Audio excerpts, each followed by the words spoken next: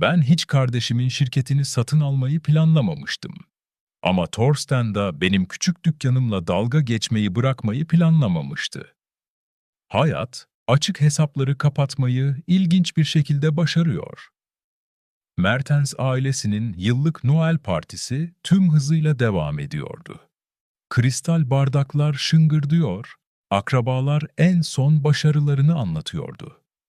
Ben bir köşede duruyordum, şampanya kadehimden su içerken, kardeşimi şömine başında etrafındakilere hitap ederken izliyordum. Birleşme neredeyse tamamlandı. Thorsten hayran akrabalarımıza duyurdu, Rolex'ini ustaca düzelterek. Global Tech bizim bölümümüzü bünyesine kattığında tüm batı kıyısı operasyonunu ben yöneteceğim. Annem gururla parlıyordu. Tıpkı Thorsten futbol takımı kaptanı olduğunda veya ilk yönetici pozisyonunu aldığında olduğu gibi. Kardeşimin dokunduğu her şey altına dönüşürdü. En azından ailemiz böyle inanıyordu. "Peki ya sen, Olivia?" diye sordu teyze Margarete. Sesi sahte bir kaygıyla doluydu. "Hala o küçük işini mi yürütüyorsun?" Başımı salladım ve ertesi sabah için planladığım toplantıyı düşündüm. "Evet, hala danışmanlık yapıyorum." Thorsten'in kahkahası odayı deldi. "Demek hala o minik dükkanı yönetiyorsun? Kaç çalışanınız var şimdi? 5 mi? 6 mı?" Onu düzeltmedim. Ona Summit Consulting'in sadece küçük bir vitrin işletmesi olduğuna inanmasını bırak. Ona günlerimi yerel işletmelerin bordrolarını yapmakla geçirdiğime inanmasını bırak. Gerçek çok daha ilginçti. Ama uzun zaman önce ailemin benim gerçeğimle ilgilenmediğini öğrenmiştim. "Biliyor musun, ablacığım?" dedi Thorsten, pahalı Scotch unu çevirirken, "Global Tech'te senin için iyi bir referans verebilirim. Sana gerçek bir iş, istikrarlı bir pozisyon ayarlayabilirim." Babamız onaylayarak başını salladı. "Ne kadar cömertsin oğlum." "Olivia, bunu düşünmelisin. Artık genç değilsin. Ve o küçük danışmanlık işin. Eh, bir hobi gibi. Kariyer değil. Değil mi?" Bardağıma sıkıca tutundum ve evdeki masamda duran birleşme belgelerini düşündüm. Summit Consulting yaklaşık 5 yıl önce küçülmeyi bırakmıştı. Ama ailem hala beni güvenli bir kurumsal işi bırakıp kendi işini kuran, başarısız olarak gördükleri kız kardeşleri olarak görüyordu. "Olduğum yerde iyiyim, teşekkürler."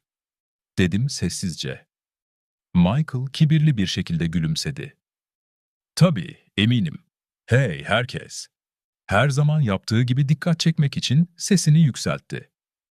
"GEO'muz Global Tech, Ten bugün partide olacak. Georg Hartmann bizzat. Hemen hemen aileden biri sayılır." Annem heyecandan neredeyse bardağını düşürüyordu. "Georg Hartmann mı geliyor? Oh Thorsten, bu harika." Saatime baktım ve Georg Hartmann'ın aile Noel partimize gelme nedenini tam olarak biliyordum. Ve bu kesinlikle Thorsten'ın abartılı öneminden kaynaklanmıyordu. Parti devam etti ve Thorsten, her içkide daha da yüksek sesle konuşuyor, birleşme sonrası planlarını detaylandırıyordu. "Global Tech'in taze kana ihtiyacı var," diye ilan etti. "Modern işi anlayan biri lazım. Hartman iyi ama eski kafalı, çok temkinli. Bu birleşme tamamlandığında onlara nasıl yapılacağını göstereceğim."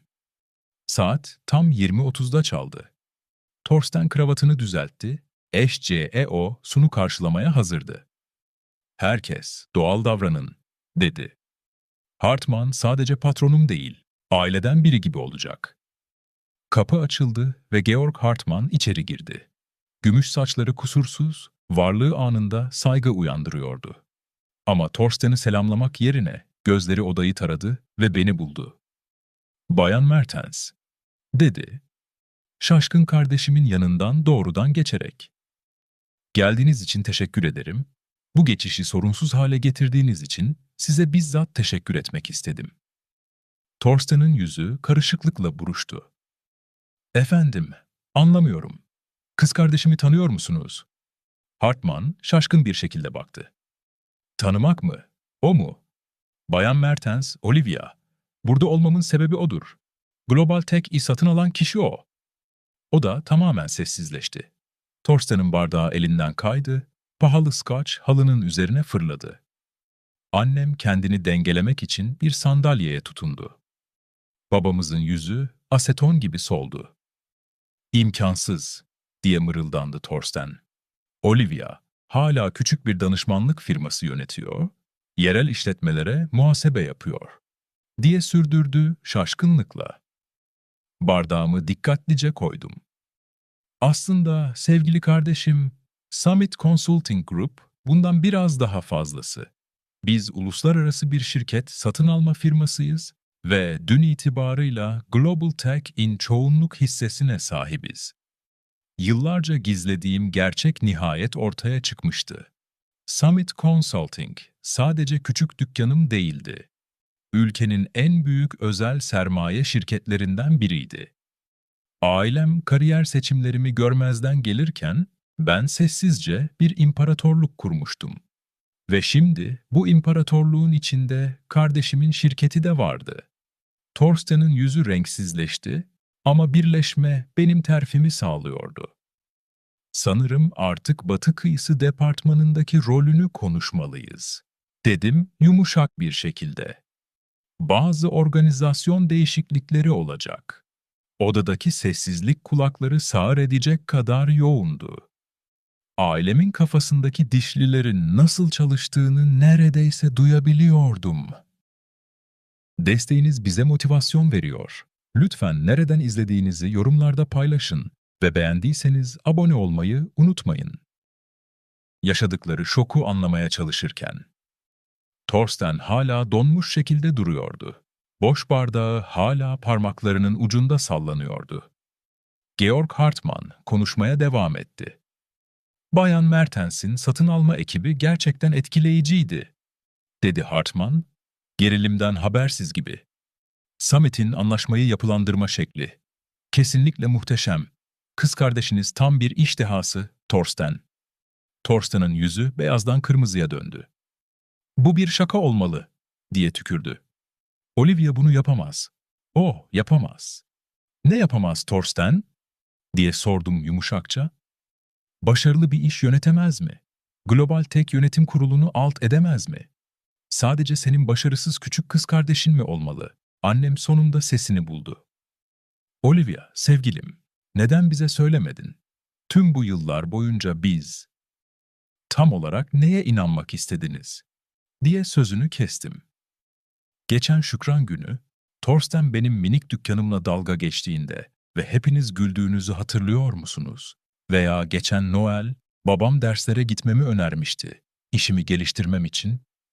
Babam rahatsız bir şekilde kıpırdadı. "Sadece geleceğin için endişelenmiştik." Kendimi gülmekten alamadım. "Baba, Summit Consulting Group, 12 milyar avrodan fazla varlığı yönetiyor. Son 3 yılda 17 büyük şirket satın aldık. O minik dükkanın, sizin bu kadar endişelendiğiniz işin, Global Tech'i 4,2 milyar avroya satın aldığını biliyor muydunuz?"